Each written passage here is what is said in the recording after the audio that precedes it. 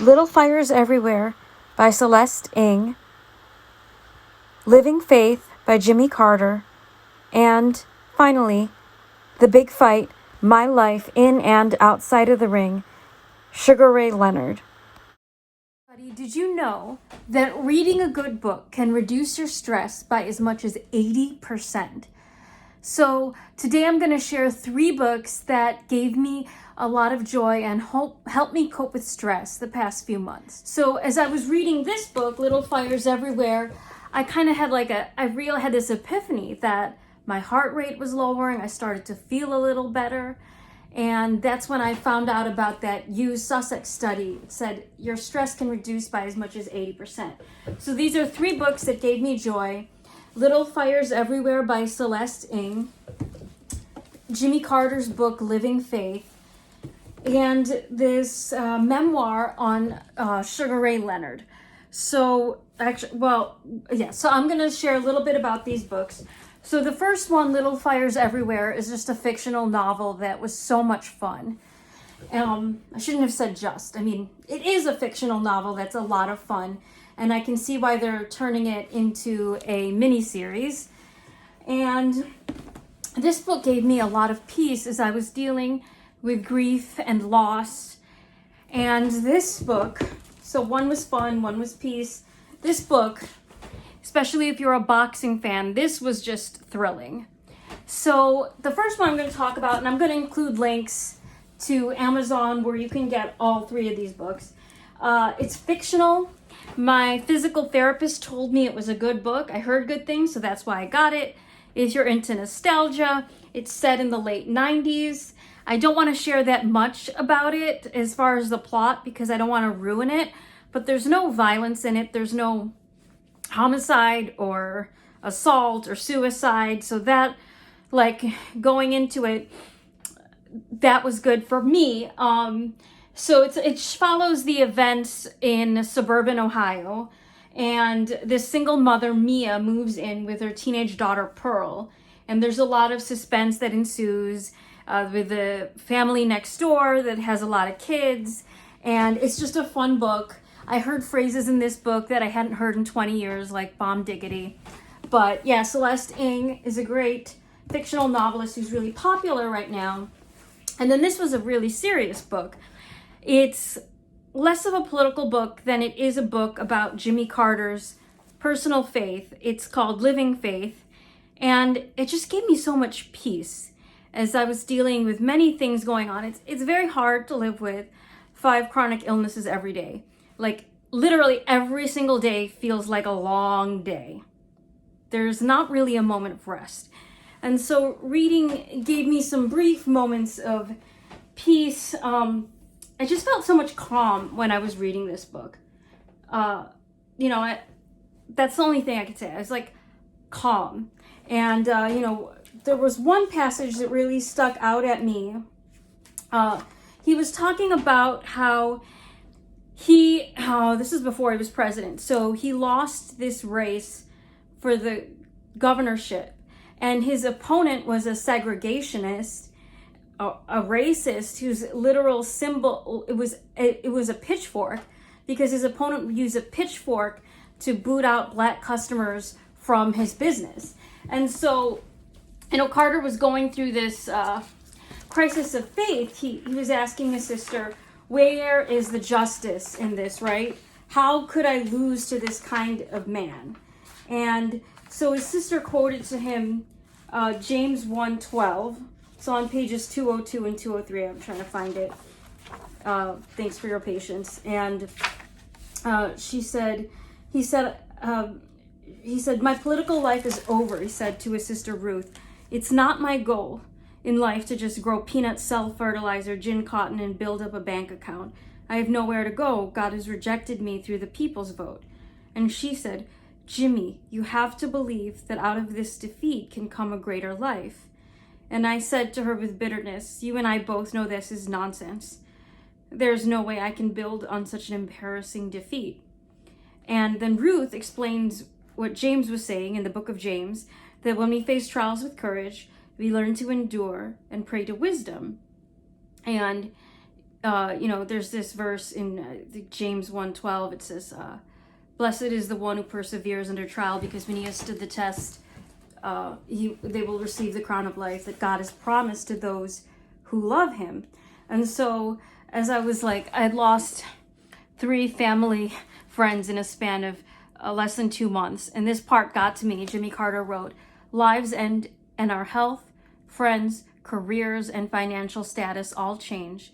We must cling instead to the things we can't buy, things that we can't count or measure, but are available to all through God's love.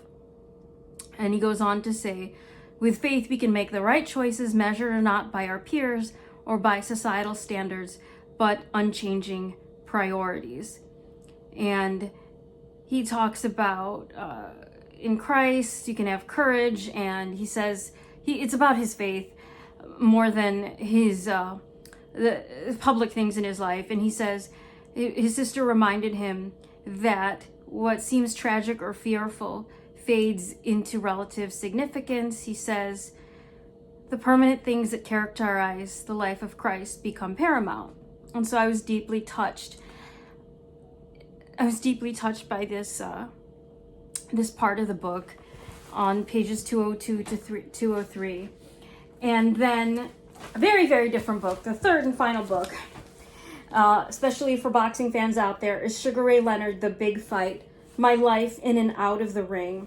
And he wrote this with Michael Arkush, of course, Sugar Ray Leonard, one of the 4 kings of boxing in the 70s and 80s. So I bookmarked all this stuff so I could watch his fights. I watched half the fights in this book on YouTube.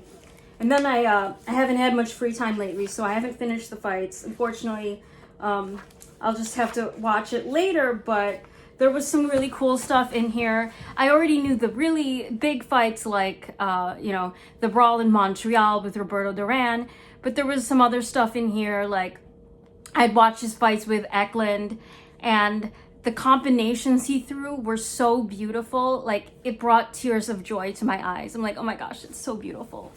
And there were some deeply touching moments when, maybe I'm pronouncing the guy's name wrong, but when he fought Eklund in Boston, the crowd, I believe this was in the 70s, was chanting the N-word throughout the fight. And it was a very hostile crowd. And both men had knocked each other down. And Eklund, this was a do-or-die fight for him, for Sugar Ray's opponent, because of his age. And, this was when Sugar Ray was on his way to becoming an all-time great. And both men knocked each other down. But at the end of the fight, what was really interesting was, even though the crowd was very hostile to Sugar Ray all night long, it's a very interactive crowd, he didn't hold their actions against Eklund. He held Eklund's arm in the air because he knew the significance of this fight to his opponent. And I thought that was beautiful.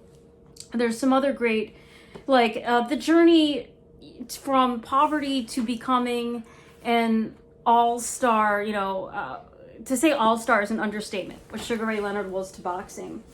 But I also think there's a really important message here about trauma. So he talks about childhood trauma. And so it's a trigger warning here. There's some talk about childhood CSA, childhood sexual abuse. And he talks about how not dealing with this trauma for decades affected his adult life. And, as with anything, when we're around, when young people are around figures of authority, including sports, even including the hyper-masculine sport of boxing, there can be bad people who try to take advantage. And so I think if there's one message here that we can take away, is that this and other traumas in his childhood, when it's not addressed, it can have a ripple effect. So it had an adverse effect on his first wife, their marriage, and their kids. And so the importance of mental health and seeking help right away. So I commend him. Long before Me Too, he was talking about CSA, childhood sexual abuse, and the stigma of talking about it when you're male and when the victim is male. If you're a boxing fan, you would enjoy this book. It's a lot of fun. There was this one passage where you know, we think about like historic fights and all-time greats. We're viewing it from the eyes of that fighter, right? But then you think about the other guy who has to stand in front of an all-time great, what it's like to be hit. And I have a cousin who trains UFC and MMA fighters. So like, not the elderly members in my family, but my family in general is trending more towards UFC than boxing. And I see how hard these guys work, the trainers and the fighters. And so I'm really happy for UFC fans, even though I was more partial to boxing.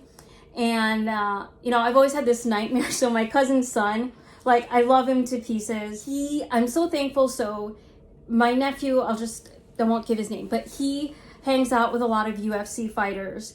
And thankfully, while he works out a lot, he does like boxing recreationally. He's never gotten involved in the sport professionally. There was this scene in the book where Sugar Ray was facing someone and like, you know, this guy was getting hit with bombs. Sugar Ray's got these lightning fast combinations, freakish speed.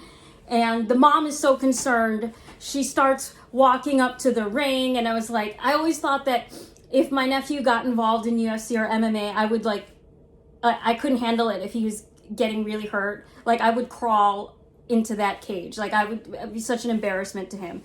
So anyway, like that made me laugh. Thankfully, my nephew is a computer genius and he's never wanted to get involved in the sport professionally. He just hangs out with a lot of fighters because, you know, his dad, my cousin's had a gym for many, many years. He's successful in that world, but I would be very scared if any of the children in my family, and like when you love someone in a maternal way, it doesn't matter if they're 10 or 20, you're always going to love them in that way and be terrified if they join, if they become a boxer or a UFC fighter. So this book was so much fun. There were also really funny moments in the book. And he talks about like at the height of his fame, he became like a personal ATM for his friends and family. And it's just when you're reading about the fights, if you're a fan, it's exhilarating. So just to sum up, if you want some fun, a distraction, a good novel is always a distraction, fictional, little fires everywhere. And then some peace, gave me some peace in this life, Living Faith. And then finally, Sugar Ray Leonard, The Big Fight, My Life in and Outside of the Ring. So let me know if, I'm going to post links to all these 3 books. If reading has ever helped you with stress, I think it's an underrated stress hack. It can provide some relief. And I'm just really thankful for books at this time in my life and the events going on in the world. Thanks for listening. If you found this video helpful, please give it a thumbs up, subscribe to my channel, or share the video. Thanks. Bye.